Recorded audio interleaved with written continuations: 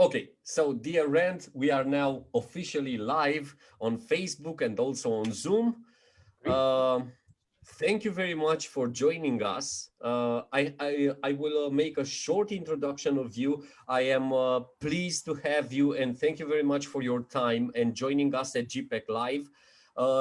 You have a short and sweet biography on your website. And I'm telling you like short and sweet because you did a lot more than your short bio. So you said that you are the co-founder, of course, of the co-founder and CEO of SparkToro, and also former CEO of Moz, which all of us already know in Romania as a tool and as a company dedicated to SEO. And you also dedicated your professional life to help people do better marketing throughout your blogging, throughout your videos, throughout your whiteboard videos, whiteboard series of videos, throughout your book, Lost and Founder, which I truly appreciate. And of course, stating your personal life, you are in good company with Geraldine. I hope I pronounced it yet. I hope I pronounced it good. Okay. And you said in your short biography that if you are fed with great pasta or great whiskey, you can tell us what is the cheat code to rank #1 in Google. So I will start with this. Like, let's suppose that we were feeding you with great pasta and great whiskey. What is the best, the cheat code to rank #1 in Google? And thank you very much for joining us. Good evening from Romania, and good morning for you in the States. Oh, thank you. No, thank you for having me, Andre. Yeah, well, the sad news is that the cheat code to rank #1 in Google, very simple. Be owned by Alphabet. Be owned by Alphabet. Be owned Yeah, that's right. by Google. Exactly, right? YouTube, Google Flights, Google Hotels, Google Maps, Google Weather, Google Finance, Google Stocks. Yep. If you want to be #1 in Google, just be owned by Google. Boom. They'll make you #1. You don't even have to be the best result. You can be a pretty crappy result with very few links, no profile, no authority. You can even be incorrect data, and Google will still put you #1 as long as they own you. So do you think that Google can make this like, if I own you, you will be ranking tops, you know, like, yeah, this is the algorithm of Google? Yeah, exactly. The algorithm is if Google, then rank position equals 1. Okay, so that was the easiest part of the interview, you know, like and I mean, it's also really frustrating, right? I think that yeah. the tough part about that for a lot of marketers and content creators is we are not in a level playing field, right? If you're creating travel content, you could be 10 times, 100 times better than what Google offers, and they will still not rank you #1. They'll rank their own stuff #1, right? If you are providing way better weather data than Google is providing, they're still going to show their instant answer. If you are providing way better flight data, hotel data, local business data, they're still going to rank their own stuff, their own services above yours. So, you know, I think that's a much more an issue for voters and governments and you know, antitrust than it is for marketers. But I think all of us should just be aware of the fact that this is the new reality. So is Google like, this is my playground, you know, this is Google's playground, and anything you might do, still you are on my playground, because I'm having a monopoly on this situation. So is this I don't know how to put it. Are the SEO companies in danger? Like, everything that we might do, everything that we can do regarding Google's aspects, Google's regulations, in either way, Google will rank some websites because it's Google. Yeah, no, I don't think it's an existential threat in the short term to marketers. I think for some businesses, for some sectors, travel has been suffering, obviously compounded a ton by the pandemic, but Google was hitting them really, really hard. I think that Google is, taken a bite out of a lot of finance niches. Google's taken a huge bite out of journalism and the news business. Google's taken, a ton of market share away from anyone who might compete with them in local search and local data, TripAdvisor and Yelp and, all of those kinds of businesses. So yes, I think there's loss of opportunity in those sectors, but for marketers, right, we can go to wherever the sectors that still offer opportunity exist. And very frankly, search is not the only channel, right? There's a lot of other channels, social media, content channels, email channels, podcasting channels, videos and YouTube, offline forms of marketing, right? There's lots of other places where we can do marketing. And so if you're a marketer, I think that the only thing I would really worry about is if you specialize in a niche and you specialize in exclusively paid or organic search, you could find yourself or your business disrupted by Google entering your market, and that sucks. I don't think it's fair, but I would be prepared for it because that's what they're doing. Okay, totally agree with you. So thank you very much for your feedback. Dear Rand, you already founded two big companies that the entire world knows about. I'm talking about Moz. I'm talking about the SparkToro. So I have a lot of questions regarding the startup, regarding the challenges of an entrepreneur. So first thing, what are the key learnings you took away from your time with Moz? Okay, and what are the key learnings when you founded SparkToro? Because I know your blog post, I know, and I will be going back with this in the following questions. So what were the challenges in starting Moz? What were the challenges in starting your company right now? Let's see the other face of the entrepreneurship right now. Okay. Yeah, I mean, the list is very, very long, Andre. Yes. I could probably be here for 40 hours giving you lists of things that I learned. I'll just say that my challenges with Moz starting out were that I had no idea what I was doing. Right? I didn't have a roadmap to follow, a playbook. I had no experience. I didn't know what was potentially might work and not. And that's why for a long time, I really, really struggled. If you read Lost and Founder, right, that the first 5 years of me dropping out of college and trying to make a business work were just awful. And I was super broke. Geraldine, who ran in here earlier and video bombed, she was paying our rent and all our bills, and I was just a freeloader.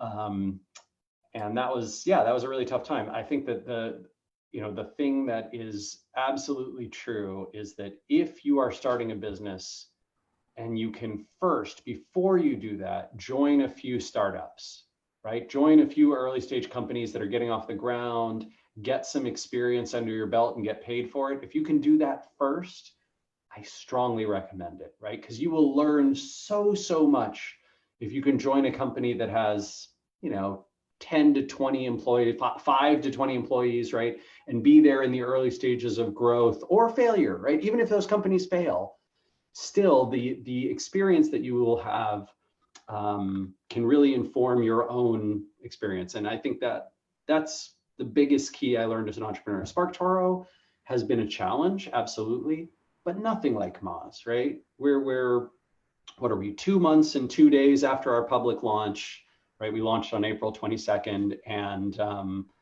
SparkToro's got whatever it is, 180 customers, and it's growing. It's on track to be profitable by the end of the year. We were able to raise money for it in a way that we wanted. We structured the business in the way that we wanted.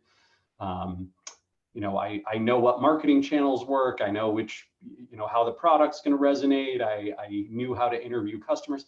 Just so many things that I learned by doing it wrong for years and years, and then figuring it out. And I think that you can learn a ton of that by having that experience. Okay, so you're telling me that you have to go wrong to have a success, to go to success. Or you could let somebody else go wrong. Right? You don't have to, it doesn't have to be you. You can learn from other people's mistakes by joining their companies, right? Having their experiences. I think that is a huge win. You'll learn what you like and don't like. Right? Okay. What works for you and doesn't. Okay, this will be a topic for another question, but you mentioned SparkToro, and let's detail a bit about SparkToro. What does SparkToro do right now? What is the main, the main focus of your company, and also what are some key tools and insights you should use in order to determine more data and insights about your target buyer persona profile? And let's talk about, let's give a bit more details about SparkToro. Sure. Yeah, no problem. So SparkToro is an audience intelligence tool. Okay. It's sort of in the market research and audience data field. And basically what it does is you can sort of think of it as cyber stalking at scale. Right? So imagine manually, right, Andre, you and I say, oh, we want to target people who work in real estate in Romania. So let's go find 1,000 real estate professionals, right, realtors. We're going to find all of their LinkedIn profiles, and then from there we'll get their Twitter profiles and their Facebook pages and their YouTube pages and their Reddit profiles and their GitHub and their Quora and their Medium, and all of these different networks, and we'll figure out their websites, and we'll go crawl all that data, right? We'll visit all those pages for all those real estate agents, and then we will get this giant data dump, and we can learn things about them, like what do they follow, right? What do the highest percentage of them follow? What do they read? Which websites they go to? What do they listen to? Which podcasts are popular with them? What YouTube channels do they subscribe to? What words and phrases they use to describe themselves? What do they talk about online when they share content, right? All answers to all these kinds of questions. That's essentially what SparkToro does but we do it at scale for tens of millions of profiles, about 70 million profiles right now. So you can just search and say, I want to know information. I want to learn more about this particular audience, this type of person, professional, people who talk about something online, people who follow a source online, people who have a job title. That's what SparkToro helps you do. Right now, to be totally honest, we do not work very well in the Romanian market. So we don't work, we are English language pretty much exclusive. So if you're targeting UK, US, Canada, Australia, New Zealand, South Africa, like we're pretty good in those places. Not great in Germany, France, Spain, Italy, yet. Hopefully in the future, right? Yeah, our EU coverage is not great. But that being said, right, the idea with SparkToro is that you can do far better marketing if you understand your audience and where you can go reach them. there are so many marketers right now, so many companies whose marketing teams are, let's just throw money at Google and Facebook and let them sort out all the targeting. And that is, for some people it works, but for a lot of folks, that is not a competitive advantage. Marketing will not be a competitive advantage for you if you are just competing with everybody else on Facebook and Google Ads. If you want to have a competitive advantage in marketing, you need to find channels and sources that your audience pays attention to and do creative forms of marketing that can give you reach and exposure and attract customers to your website or your business in ways that your competitors are not doing. And that's exactly what SparkToro is designed to do. It's designed to help you find the podcasts you can sponsor and be a guest on, the YouTube channels where you can build relationships, the websites and blogs and journalists and publications that reach an audience that you could do a guest piece on, do a sponsorship with, do some co-marketing, sponsor their email newsletter, get interviewed by them, all these creative forms of marketing, or have your content promoted on social by the people that are followed by your audience, right? All those kinds of things and 100 more that you could come up with. That's what SparkToro is there to help.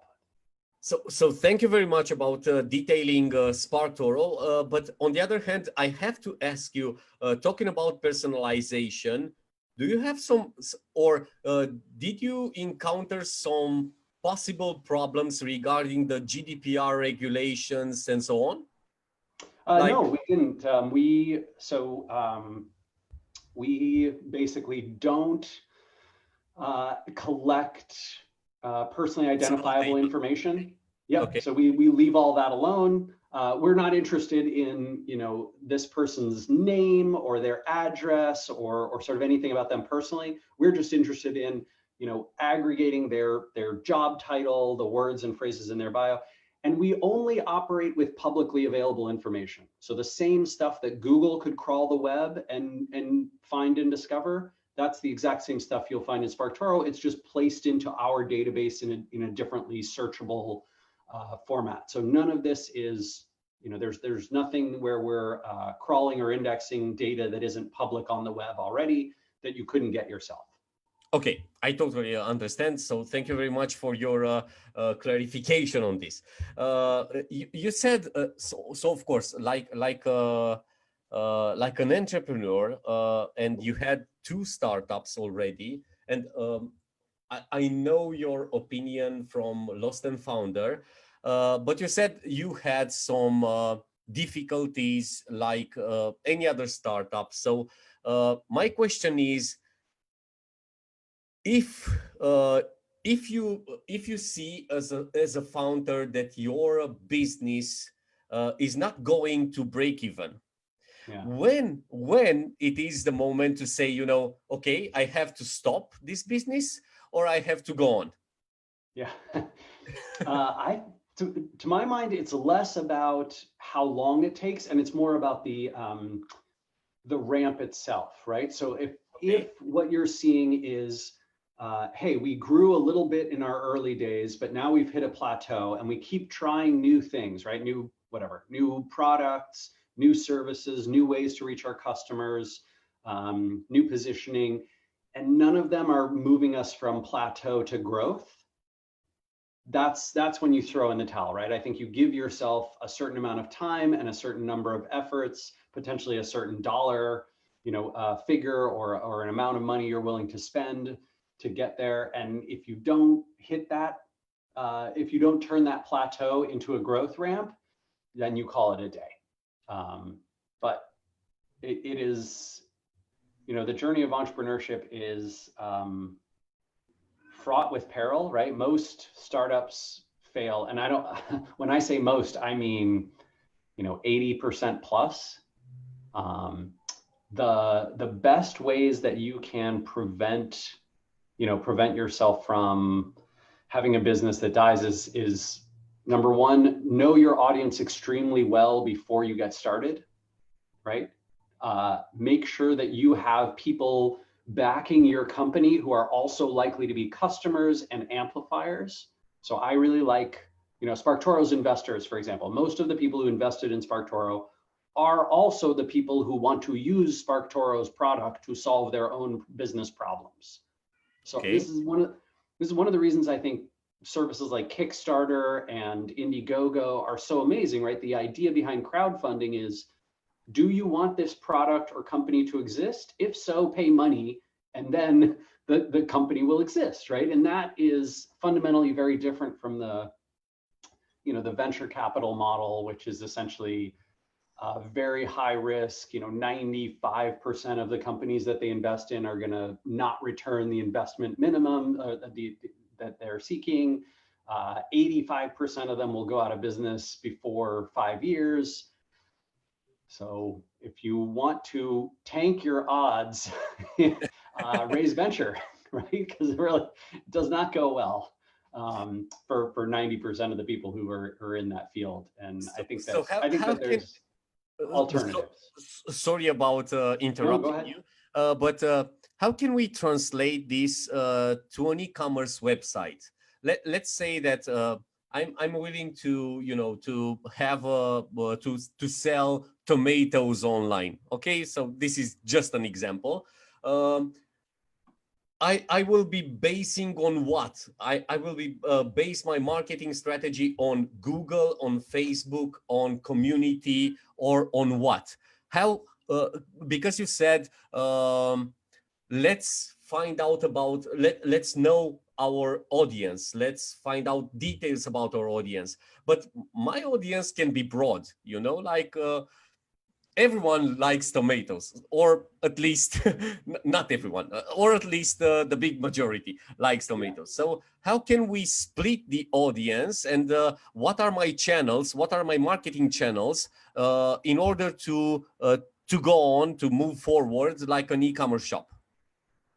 Yeah, so if you are targeting a broad audience and you're just starting out, I would strongly advise you to focus on one particular niche that is very passionate about whatever is unique about your business. So if you're selling tomatoes online, are they, maybe it's canned tomatoes from San Marzano, and they are, the absolute best quality. And so high quality, high quality home chefs who really care about the flavor of the tomatoes that they use, and maybe professional kitchens, those are your first buyers.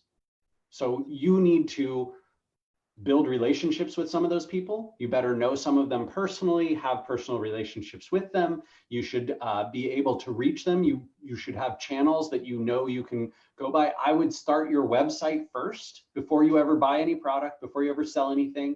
I would start your website first. I would pitch it to them. I would try and get 1,000 email addresses that have signed up that said, yes, I am interested in getting these incredibly high quality canned tomatoes delivered 4 times a year. I want, that's something I'm interested in. I want a subscription box of your canned tomatoes.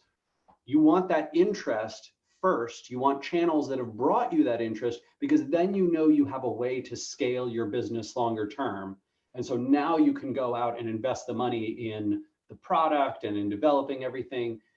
That website is pretty cheap to build, right? That website that has an email contact or has an email form, that's cheap, right? We're talking about less than $100 probably to set that whole thing up, set up a free MailChimp account, set up a WordPress page, right? Have that one-page website, then start going out to your network and building those relationships. It's cheap, but you need that early validation and that network of people who care about your product to be able to prove to yourself, hey, once we launch, I know I've got these 1,000 people who are interested in what I'm doing. Maybe not all of them are going to buy, but I've got people who are interested in this product. And I would do that before I launch the e-commerce business. Okay, so thank you very much for your hint. Getting back to our discussion, you mentioned in your blog post on Living Moss that you've left with a lot of, I quote, a lot of sadness and a heap of regrets. So what would be your top tips for startups to avoid some of the big mistakes people in that capacity typically make? So Yeah, I think one of the biggest mistakes I made was attempting to grow our market and our product rather than focusing on solving the problem for our existing customers. I got greedy, right? I thought that, we had raised a lot of money. We needed to have an extraordinary outcome, right? We had to sell for hundreds of millions or billions of dollars in order to return, the amount that our investors expected of us. And because of that, I sort of made the foolish decision with my team to go after a broader market. And when we did that, I think we diluted our brand. I think we were unsuccessful in building great products for all these different verticals. And we hadn't yet become the runaway success in SEO software, right? So I think we were the market leader, probably 2010, 11, 12, maybe even 13. And then we started to lose that lead in 2014, 15, 16, as we were trying to go broader and serve, social media marketers, email marketers, content marketers.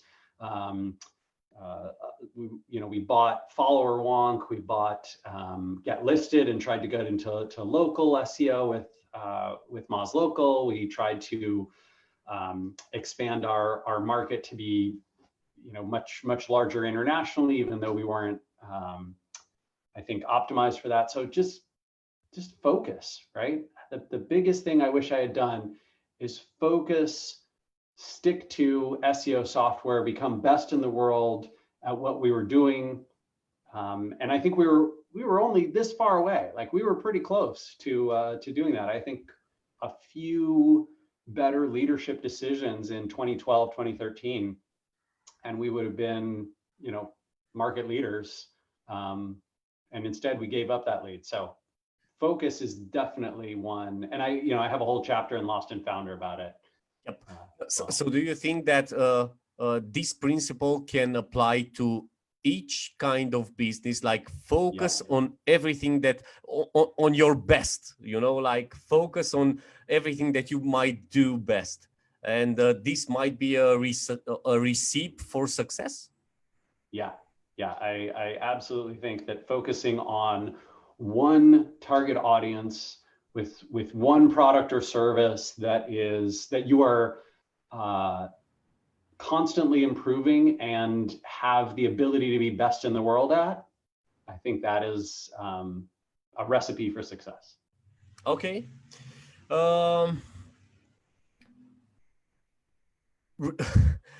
It is somehow related to everything that we discussed.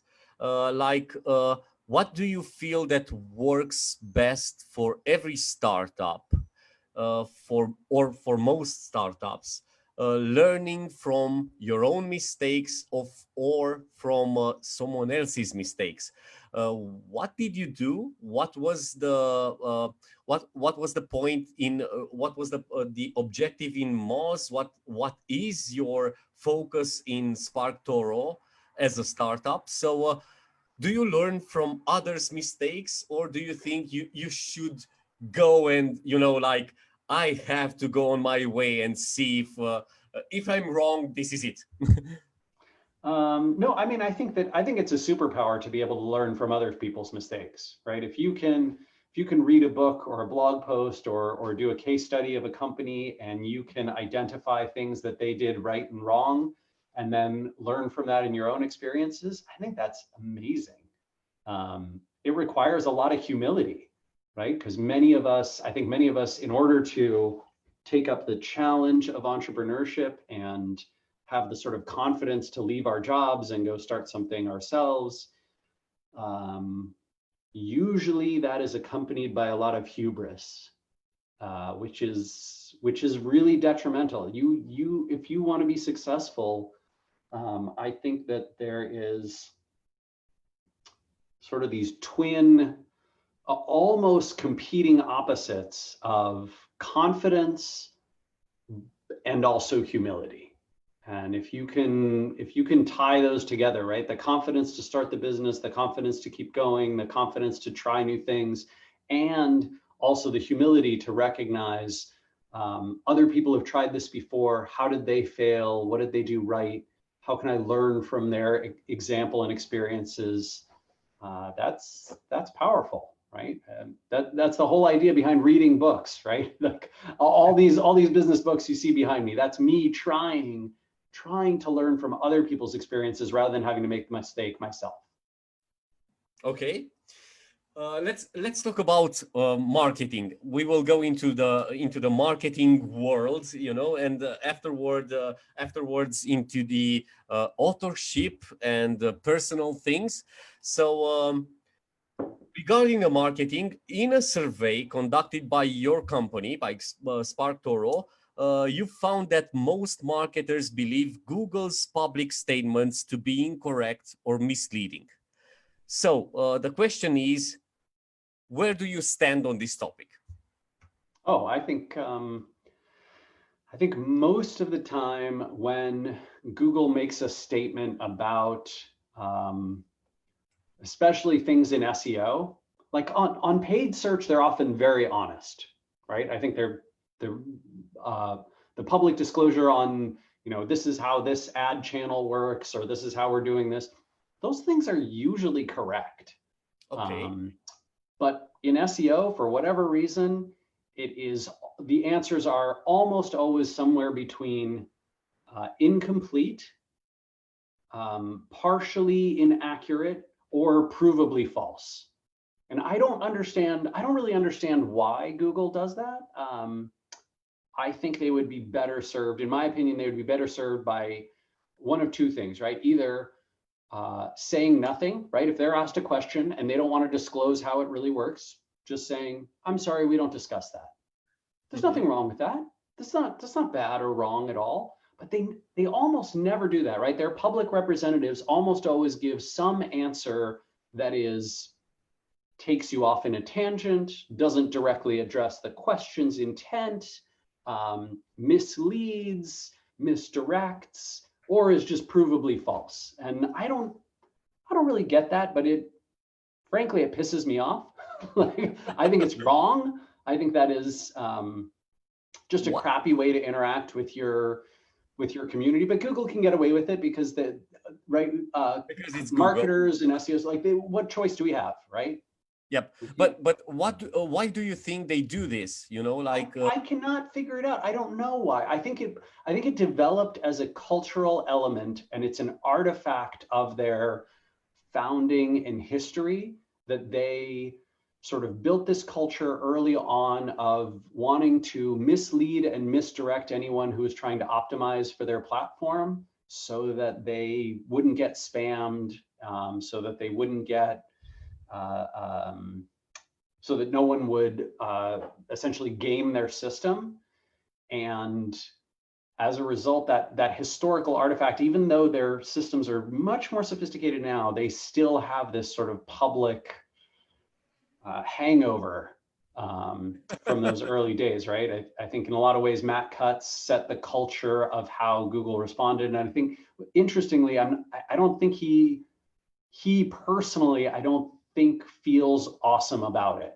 Like, nowadays, I don't think he feels great about building the culture that way or participating in it that way. But and I've seen him express regret publicly and privately about some of those things. But now, you can see Google's other public representatives being very like they play this game of being like helpful but also combative of anyone who challenges them, right? Yep. And they try and sort of like make fun of people for attempting to prove them wrong. They don't talk about experiments that prove their statements wrong. They don't publicly express any humility or any sort of vulnerability. They don't express any regret for having made false statements in the past. It's weird, right? It has this almost politician-like interaction, and I don't find that particularly awesome. It doesn't resonate with me. I totally agree with you. So, do you think that having some sort of monopoly like Google has, it is the biggest search engine in the world.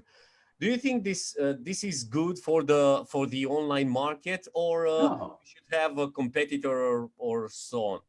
Yeah, absolutely. Right. I think that Google as de facto monopoly is a really bad thing. And 95% plus of the search market share outside of China, that's terrible, right? I think that's terrible for competition. I think it's terrible for innovation. I think it's really bad for politics. I think it's bad economically. I think it contributes to concentration of wealth, which we know has tons of negative knock-on effects in advanced economies.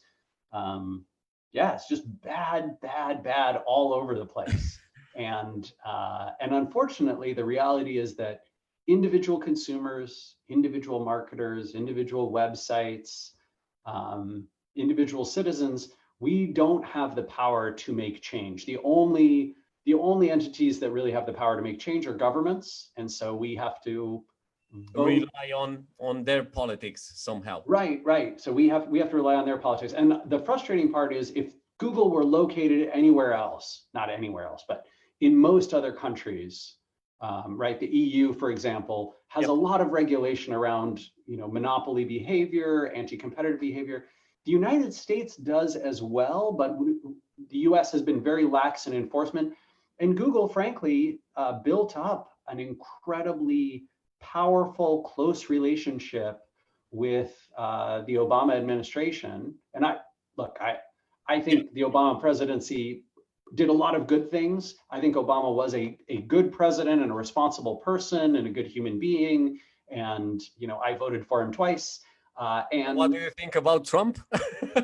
Yeah, I mean, I think that he's generally an evil and selfish person, right? I think everybody knows that. But and a very ineffective. I mean, you can see the US's coronavirus cases versus the EU's, right? And that pretty much tells you everything you need to know about federal leadership that we have right now. But the reality of the Trump administration that's weird. This is one outlying area, right? The Trump administration has been very critical of Google's behavior, and they have urged the various entities to investigate them. The Obama administration, unfortunately, did not, right? Google and Obama were super tight, and that relationship over the course of that 8 years of the presidency, right, which is when Google had their meteoric rise, meant that, very frankly, Google was able to get away with a lot of potentially, monopoly, questionable things, questionable behavior, if not violating behavior, and that was a negative thing. I don't know what will happen in November, right? But obviously there's an election coming up in the United States, and the candidate who's ahead in the polls right now is Joe Biden, who was part of the Obama administration and had a close relationship with Google.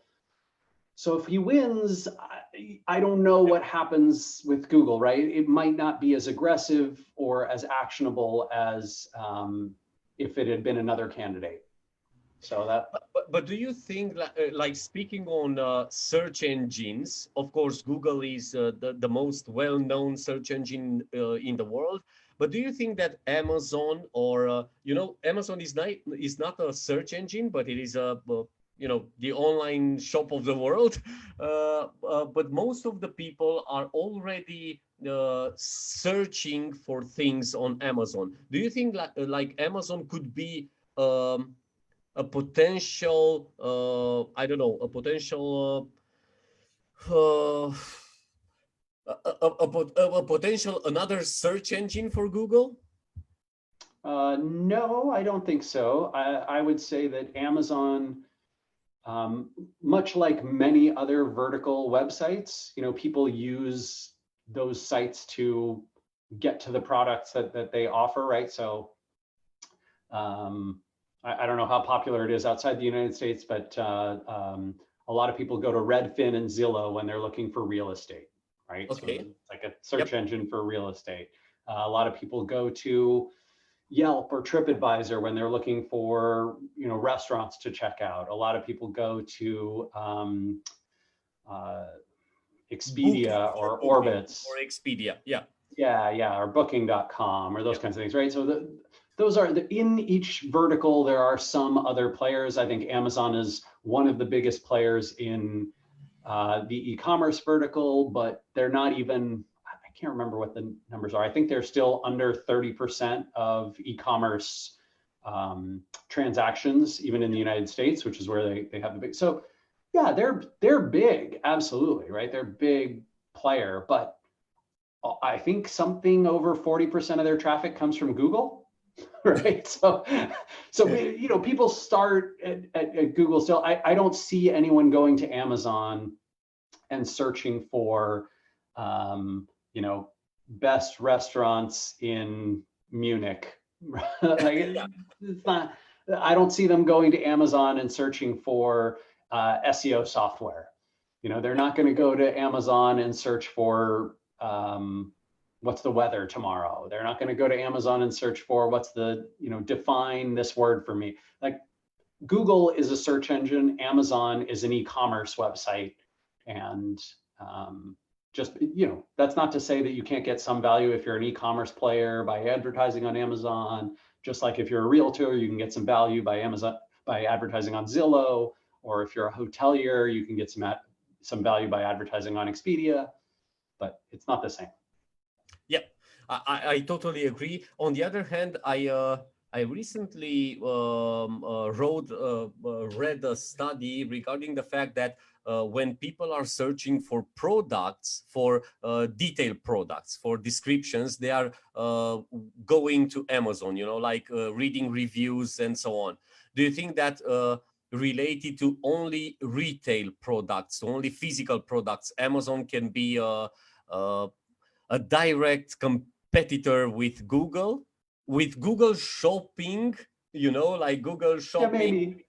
Yeah, maybe. I think those two are relatively similar. The challenge is, you could see there was a really good study last year from JumpShot, which I think is still available. Maybe you could find it online somewhere. But basically showing the different things that people search for on Amazon versus Google in the product sector, right? So people search Google for iPhone, and they search Amazon for iPhone cases, right? People search Google, they search Google for, whatever it is, kitchens, right? Kitchen supplies, and they search Amazon for a 6-quart pot, right? So once you get very specific, or much more specific in the product that you're looking for, Amazon is where a lot of those searches happen. But Google is where kind of all of the broad search occurs. Okay, I was looking on our Facebook channel right now because we have some questions from the attendees. So Mihai is asking you, can you share your view on local SEO? Local, I don't know what this means, like European Eastern market, because I'm not sure if you have some data regarding Romania. So can you share your view on local SEO optimization for local pack and Google Maps?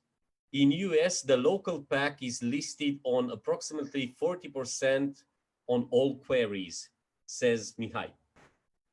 Yeah, I think I'm not 100% sure about that number. I know the study that the 40% number comes from, and questionable. It's questionable how that study was performed and whether it's accurate. Regardless, though, I think the number is probably north of 20%. And it's probably less than 50%. So that's still a huge number of queries that the local pack appears on. Tons of local search happens on Google, absolutely. I mean, my broad view on it is I am frustrated that Google always puts Google Maps first, because I think it's often not the best result. I don't like Google's ownership, sort of monopoly control of local data and information, and this idea that they're essentially taking away local websites and creating the local portal on Google itself. I don't buy their argument that like, well, it's a better user experience to have it be very consistent data and that kind of thing. I agree that it is more convenient, but I think it's good for Google, not good for the local businesses. And that really sucks. I don't think it's better for consumers. I think that driving people to local websites and then relying on those local websites to do a good job of branding themselves and serving customers and searchers is a far better way to go. But regardless, it's Google's world. They want to extract advertising dollars. They want to own the local search market. So we have to play by their rules. I think the team at Moz has actually been putting out some of the very best information about local SEO, especially the last 18 months. So if you go to the local SEO category on the Moz blog, you're going to see some really, really excellent surveys, studies, data. They recently did the local SEO ranking factors again. I think that was a partnership with White Spark, and that was excellent. So, if you're looking to optimize for that, those resources are quite good. But yeah, if I were thinking about ways to potentially make Google a more fair playing field, I would think about splitting off Maps from Google. I think it would be really interesting to see what, if Google Maps were its own company and Google search engine were a different company, you would get a lot more competition in the search results between, TripAdvisor and Yelp and all these local portals and Google Maps, and we would see who really was the best, right? And we would have a lot more opportunity. Okay, and another question from Horia. Horia is asking us a lot of questions. So first one, Yandex and Baidu, have tried to fight Google and they haven't really succeeded. Do you think there is a chance that Google's monopoly might someday be defeated, like by Yandex or, similar search engines? Let's see. I think someday it is likely that Google's monopoly will be defeated, but I don't think it's going to be by anyone who exists right now.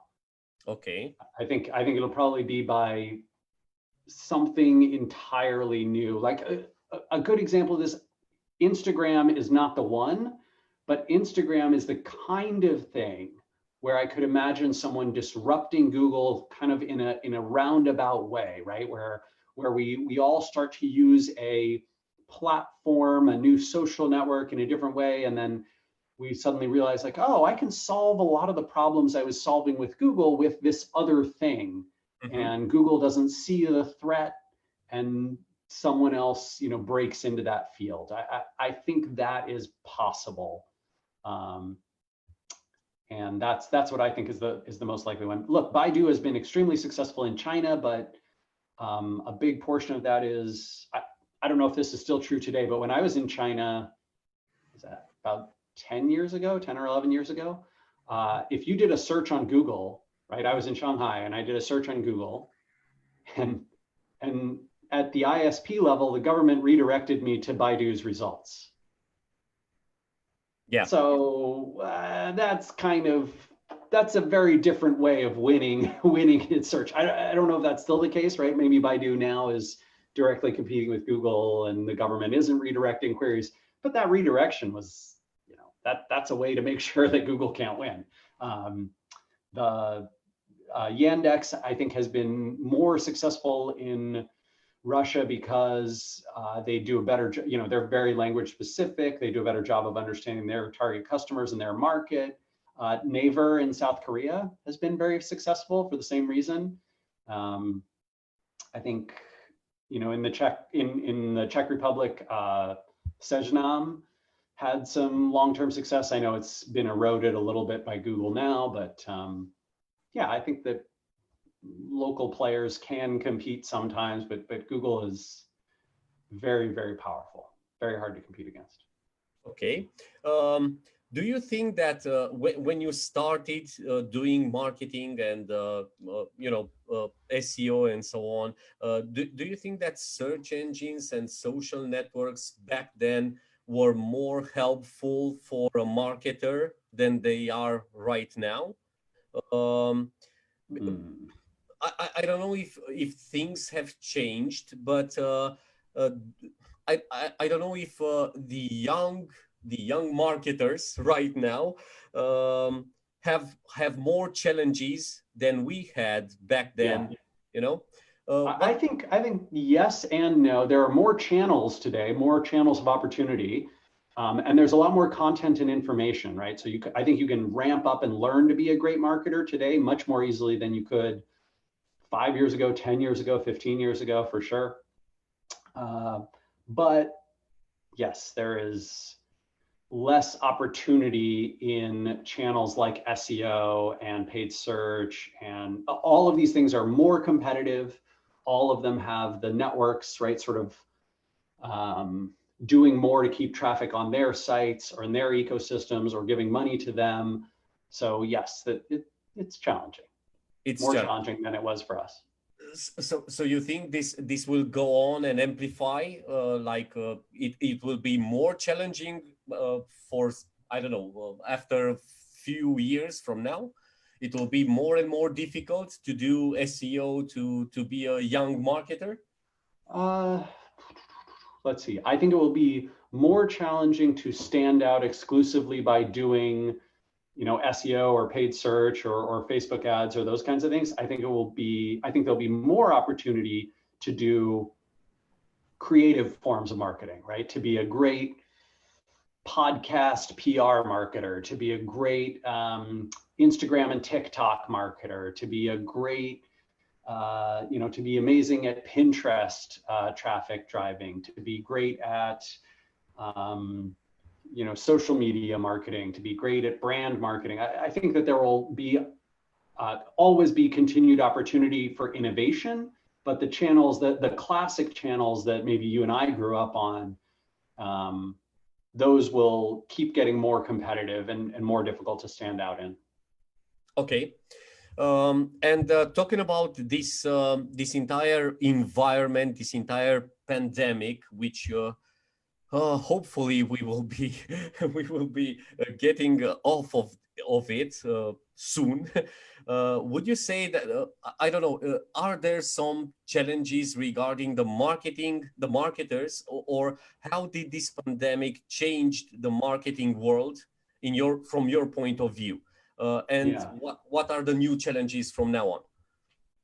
Well, marketing is obviously one of the first things that people cut when when budgets shrink and when an economic recession happens, when people have less money to spend and when they're not spending because businesses recognize, hey, we're not going to get as much of a return. So a lot of marketers lost their jobs. A lot of agencies lost clients. A lot of consultants lost clients. A lot of in-house marketers got their budget cut. Lost their corporate card. All those kinds of things. And obviously that makes it really hard. I think it's also really hard for a lot of marketers because conversion rates went down, right? And people spent less. And so you have to go into all your marketing channels and change up your ad buys and change up your ad spend. You can see that this year is predicted to be the first year ever where Google's ad revenue will drop, right? They will actually, have less business this year than they had last year. That's the first time in Google's history that that's been true. I think for marketers, the reality is that in environments like this, there is more opportunity for experimentation. A lot of CEOs and executives and CMOs are open to new ideas that they previously wouldn't have considered or would have dismissed out of hand. There's opportunities to redirect budgets. There's opportunities to build up future demand, right? Take advantage of the fact that maybe consumers don't have money right now, but they probably will have money and will be spending in 6 to 12 months. And so let's get emails right now. Let's get fans right now. Let's build our brand right now. Let's do things for free and help people right now. And in the future, we will execute, on the paid side where we're getting conversions. So I think that's where opportunity lies. In creativity and in building up future demand. Okay, I will go forward to some questions from our attendees when they registered Zoom. The first question is, in your book, Lost and Founder, you talk about how selling early is selling out. How can one know when the right time comes? Oh man, I mean, I think selling early is a great thing. Like I strongly recommend, you know, especially if you are not already wealthy or your family isn't wealthy, and you know the money would be really life-changing for you and the people around you in your life.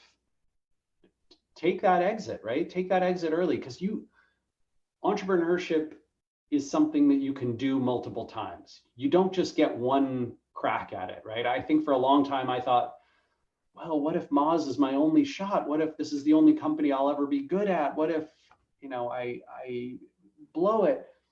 That's not true at all, right? You can do it again. I think it's just fear holding you back. And so, yeah, my bias is, if you could use the money, sell early.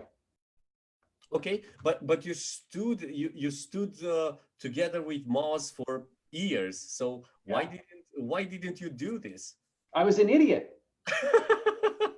I'm telling you, I was dumb. I was wrong, right? I think really, you know, I wrote a chapter in the book about an offer we had at one point during Moz's history, and yeah, regretting not taking that. I think selling early would have been the right choice for us, and the only thing that prevented me from doing it was hubris. Okay. And ego. That's a great advice for everyone who has a startup right now. Yeah. Another question: what is the best link building strategy? I don't know if you have the best strategy, but give us a hint. The best link building strategy is to be consistently producing content that people want to talk about, write about, and link to.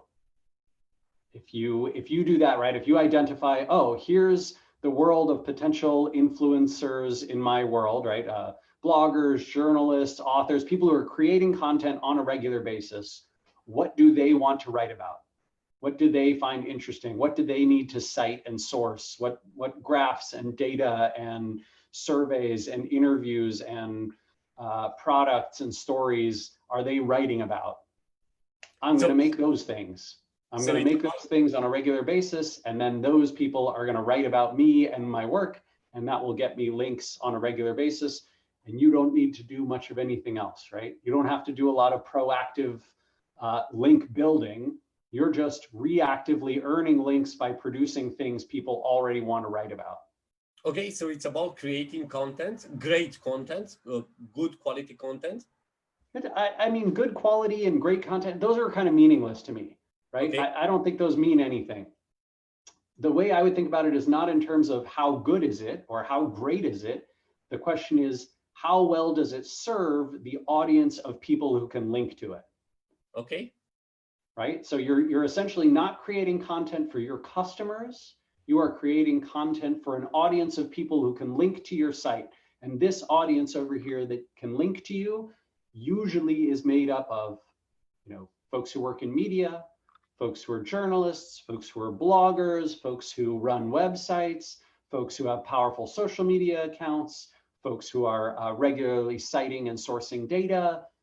And if you create things that they need to link to on a regular basis, you're set. You're set. Okay, thank you. Another question. Also regarding the link building, is link building still a strategy that works for SEO? Yeah, absolutely. I mean, I would say it is very, very difficult to rank well in search engines if your website is not regularly, consistently earning high quality links in comparison to your competition. If you're in a space where there's not a lot of linking, yeah, you don't need as much. If you're in a space where there's a ton of link activity happening, you got to play that game to compete, right? I will say link building is not as essential as it was 10 years ago or 15 years ago.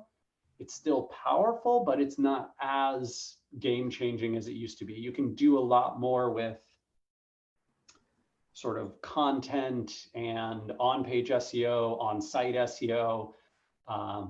serving customers and visitors well, building your brand, right? Having people sort of prefer your brand in search results and click you instead of the competition. Those types of signals tend to work better than they used to. And that doesn't mean link building is not important, but it does mean that it's not the only thing. Like it used to be, you could create crap content, you could create a shitty website, but if you got the most links, you won. Okay. That's not true anymore. How do you think regarding the the social signals? How do you think that Google can implement that? Like how can he overcome and moderate those kind of signals like word of mouth, like reviews and so on? Because they are. Okay, sorry. Yeah, I don't think they have to. No, I don't think they have to, not directly. They can just look at, are more people searching for this brand? Are they preferring them in search results? Are they getting more links? Are they getting talked about more on the web? Are we seeing, as we index content across social networks and websites, are we seeing this brand be associated with words and phrases?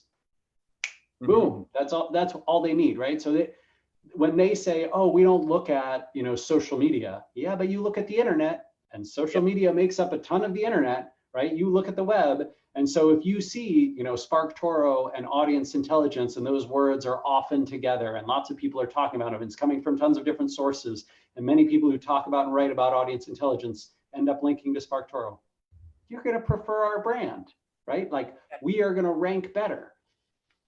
That might be Google being like, oh, it's not a social signal. It's just them playing the PR game, right? And misleading us.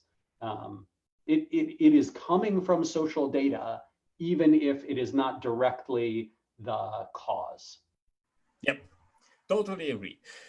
A great question, like, you are the god of SEO. What are your best SEO tips for e-commerce, online web shops, online websites? What is the best SEO strategy for e-commerce? Best SEO strategy for e-commerce. I think it's different for every different company, but in general, one of the best things that you can do on the e-commerce side is get people to prefer your brand over searching for the non-branded keywords. So let's say we start up Andre and Rand's tomatoes. Yep. I don't want to rank #1 for tomatoes. I mean, I don't mind ranking #1 for tomatoes, but I'd much rather have tens of thousands of people searching for Andre and Rand. Okay. Right? What I want to do is not win at SEO. I want to win at brand. I want people to know, like, trust, refer to us, to our tomato company, much more so than they think about tomatoes in general, right? That is the way to win at e-commerce SEO, is to have people search for your brand, not search for the product and you rank #1. That's the winning strategy. And to do that, you need a multi-channel approach, right? You've got to be in several places, using a variety of tactics and strategies to get your potential audience to know about you, to have heard of you, to have a positive association with you, and then to go after whatever it is, right? The podcasts that they're listening to, the websites they're visiting, the social accounts they're following, the publications that they read, the YouTube channels that they watch. That's how you long-term start to win, right? My goal with SparkToro is not to rank #1 for audience intelligence tools. It's to get hundreds of people, thousands of people, tens of thousands of people, eventually hundreds of thousands of people, hopefully, searching for SparkToro. That's nice. Okay, so it's about the promoting your brand and people searching for your brand, not your product, not the product that you are selling. Yeah, the way I think about SEO for unbranded keywords is it's very tactical, right? The strategy is I want to build the brand. One of the ways I will build the brand is hopefully by appearing in a lot of search results as well. But that is a tactic that's serving my broader strategy of getting people to prefer my brand and search for that. This is just an awareness building. Yep. Okay, another question. What are some effective lead generation techniques? Sorry. Some effective lead generation. Yeah. I think one of the best things you can do right now is offer something valuable for free that your customers and audience need. That could be, you know, on the B2B side, a lot of it is like downloadable content, right? So you have a survey, a report, a study, a market research thing. You have an incredible resource of some kind, and it is gated behind, you know, giving us your email address, right? The classic lead gen technique works pretty well. Even better than that, in my opinion, even better than that is a free tool, like some sort of online tool that gives people data, that analyzes something that they need analyzed, that you know, performs something for free, offers something of great value, and somewhere in that tool process, at the right point along the way, you get an email address, and that's your lead gen process. I personally don't like gating all the value behind the email capture. I like offering somewhere between 20 and 40% of what you offer on the whole before someone hits that lead capture, that email capture form, right? So, you know, good example would be like in the clickstream data space. I really love what SimilarWeb does, right? SimilarWeb, you can go there, you can just do a bunch of searches for free and get a bunch of information from their platform for free. Awesome, super great. And then eventually, you know, when you start to dig in for more data from SimilarWeb, they ask you to sign up. I think that is the killer way to go versus something like the best approach. Yeah, I think that's the best approach versus something like a, you know, contact us for a free demo. I don't think that works nearly as well. Okay. Another question. How to bypass the first link counts rule? Oh gosh, that is some old school tactical SEO right there. You're talking, I assume that question is referring to the anchor text. The first anchor text on a page is the one. Hope so. This is the only thing that I have right now. Okay. So, yeah. And I'm not an SEO expert, so I'm assuming that you know best. Yeah, you can do it with CSS, right? So basically, if you do the CSS on the page correctly, you can make the link with the anchor text that you want appear higher in the code that Google reads. And so that will be the first link, even though it might appear lower on the page. So that is one way to do it is with CSS. Another way to do it is potentially to use the links that Google won't crawl and index, right? So that could be something that loads via an iframe or loads via external JavaScript or loads via an external page call, yada, yada. I haven't played in that world for a long time, so probably should talk to a technical SEO who's still doing those games, but how much value is there in it? Little. Vanishingly small amount. Okay, so just a second too. We have a lot of questions, but how to implement the schema markup at scale on a global B2B website? What's your long-term perspective on medical or healthcare industry regarding the COVID situation or the pandemic in terms of content development and SEO and Dr. Google? Yeah. Yeah, and another question, best way to embed videos in a website to benefit from SEO?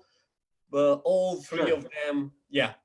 I'll start with the last one. So the video, the way I do it now and would recommend that you do it is I use Wistia to basically host the website on, host the video content on my website, on my pages first. That's where I publish first. And then later, somewhere between a couple weeks and a couple months later, I put the same video content on YouTube with an optimized keyword title that's different from the one that I put on my own website. So now I'm getting the benefit of the brand awareness and brand building on YouTube, even though the traffic doesn't flow from YouTube to my site. Like some of it will, but a very small amount. But I make sure that everyone knows the best and first place to get the data, to get the videos, if they want to subscribe, is on my website. And I use Wistia for that. The healthcare thing. So I think the Dr. Google trend is not going anywhere. I think Google is getting more and more picky in a good way about which sources they show. And it's very tough to show up in Google's search results around medical stuff. You know, I don't know if you've done searches around COVID testing or that kind of thing, but if you do those, you know, Google shows you, it's almost a different interface from regular Google. Like it's very, very locked down. Only a few websites really appear in there with regularity. They don't want to show misinformation or bad data. And so that excludes a ton of, what do I call it? Somewhere between alternative medicine, fake and misleading crap, and experimental / cutting edge stuff, right? So ideally you would want some experimental cutting edge stuff in the results, but COVID really illuminated how problematic that was. I don't know how much attention folks pay to like what goes on in the United States, but like the president, you know, Donald Trump started touting this chloroquine cure for COVID, which it turns out is dangerous and deadly and doesn't actually do anything to help with COVID and, you know, all the medical studies. But this is something that a ton of the alternative medicine and experimental and cutting edge websites were touting back in January and February and March. And Google, I think, was very wise to keep them out of the results, right? They did not want to create an epidemic of people, you know, following this bad medical advice and killing themselves. And a few people did, right? Like this poor couple in, I think it was one of the Carolinas, you know, saw the president on TV recommending chloroquine and took a bunch of it and then died, right? It is dangerous. Like this stuff is dangerous. So Google has put those kinds of results on lockdown, and breaking into them is really difficult, and it should be really difficult. I think it's not an area where you want a lot of, I don't know what to call it, untrustworthy or, you know, random expert created content. Yeah, you want the best results you can get. You want them to come from trusted sources. They're going to be a little stale. They're going to be a little, what do you want to call it? Very traditional, right? Only peer-reviewed medical journal stuff that has gone through the ringer is going to make their way there, but that's just the reality. If you want to get content into those results, my advice is write for those websites. Okay. Those websites that Google has approved that offer, you know, some path to publishing on their portals, that's how you get your content in front of folks. That's how you get people to be aware of it. Or you use non-Google channels, right? There's still a lot of, frustratingly, still a lot of really bad, terrible medical advice on Facebook, on Instagram, on Reddit, on YouTube, on Twitter. If you are trying to be more cutting edge stuff or more alternative medicine stuff, I think those are the playgrounds for you. Okay, and another question, Rand. Give me a second, please. And I think, Andre, we're about to wrap up, yeah? Yeah, for sure. Okay. Just because I apologize, I have a meeting directly after this that I got to run to as well. Sure. Alexandra asks you, can you give some advice for optimizing websites for small e-commerce businesses that have to compete with giant Amazon-like domains that sell the same type of products and will often be visible in the first 3 or 5 ranks in Google? Yeah, so my advice is a little bit less on SEO and a little bit more on your business model, which is don't sell the same things that people can buy on Amazon. Don't position yourself to be direct competition with those folks. Instead, try and find products, services, content that are not offered elsewhere and target a market that is different, right? So don't go after, oh, everybody is buying whatever, the same 5 televisions. If you're selling televisions online, go after a very specific set of people who do interesting or unique things with their TV. Maybe they're using the TV for broadcasting presentations, right? They're using it at town hall events. They're using it, I don't know, for games at their houses. They're using it for creative sorts of things, right? Find a niche that is unique. I think that's the only way to stand out versus these giant behemoths who are going to dominate you, right? You need a specific niche. You need a customer and a product and a positioning that is unique. If you want a great piece of advice, a great book of advice on that, a woman named April Dunford up in Toronto wrote a book called Obviously Awesome. I cannot recommend it enough. I think it is one of the best business books I've read in the last 10 years for sure. For rounding up and as a conclusion, I will go with some personal questions, maybe, or the personal field of questions. I know for a fact that you are a great defender of feminism and equality of genders. So my question is, how did you become such an ambassador for feminism? And what do you think are some simply key things we as society could do in order to improve gender equality? Yeah, wow, that's an awesome question, Andre. Let's see, I think very frankly, it was my own kind of personal experiences in the world that drove me to recognize that there was a vast imbalance in the way that I'm treated versus the way that a woman in my same position gets treated. And, that happened to me when I was fundraising in Silicon Valley, right? That happened to me when I was CEO at Moz. It happened when I was getting on stages, right? I saw the kinds of comments that if I get on a stage and I present, and I give a presentation, and a woman gets on the stage and gives the same presentation and she does a better job, her rating, her score from the audience will probably be lower than mine, just because she's a woman and people are less accustomed to whatever, listening to women, have less of an association with it, right? And I saw that and just thought that's shitty. Like this is terrible, right? This is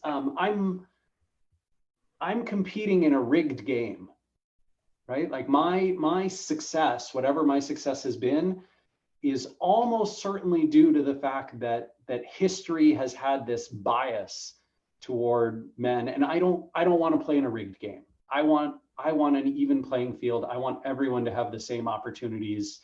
That makes me. I think that makes me a feminist, right? The definition of feminist is someone who believes that men and women should be treated equally.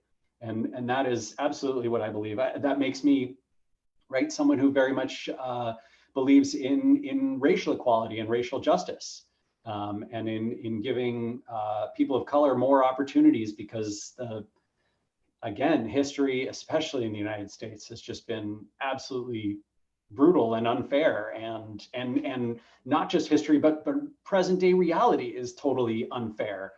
And I don't want to play in those games. So the question of how do you change that? Yep. I think the answers are that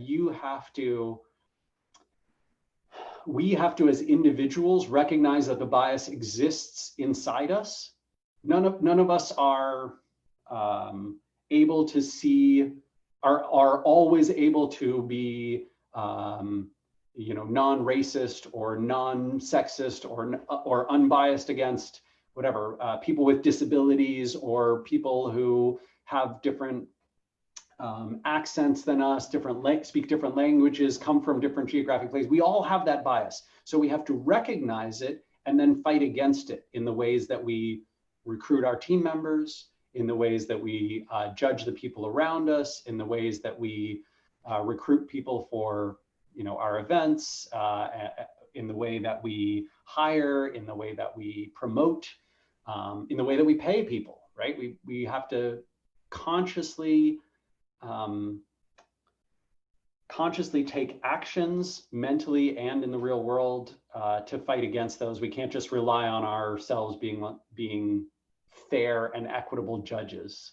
And then, I think that there's obviously lots of, like Geraldine and I do a lot of charitable giving. We do a lot of, helping folks make their conferences gender balanced and invite more people of color to speak and present, and give more opportunities to folks in those world, give mentoring and training to up and comers, work on making the language in our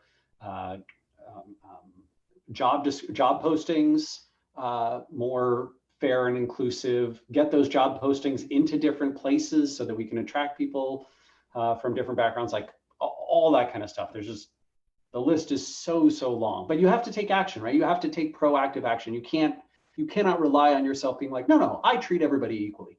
Nobody does. So just recognize that reality and then make steps to change it. Yeah. So thank you very much.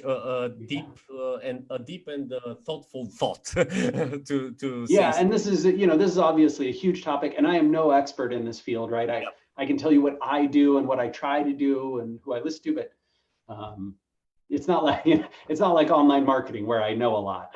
Yeah, I'm still learning. I totally appreciate you, and you got my attention regarding this, because there are a lot of things regarding few women on stage, women are not such good speakers, and so on, and unfortunately this is the same thing in the entire world. It's not like the US or Romania, it's in the entire world, and I don't know why. Yeah, right. And I think the problem is not that talent is equally distributed, right? There are as many talented men as there are women. There are as many talented people from Romania as there are from Italy, as there are from France, as there are from the UK, as there are from the US, and yet the inequality that happens comes from our treatment of each other. And so we have to push on the scales in order to not create fairness, but to create justice, right? And justice means pushing on the scales until there is an even distribution of opportunity. And we're very far away from that, so we have to keep pushing on those scales. Totally agree. So Rand, thank you very much for the entire discussion. Yeah, thank you for having me. I don't know. So we've talked about 1 hour and a half already, and I don't know how time flew. But thank you very much for this.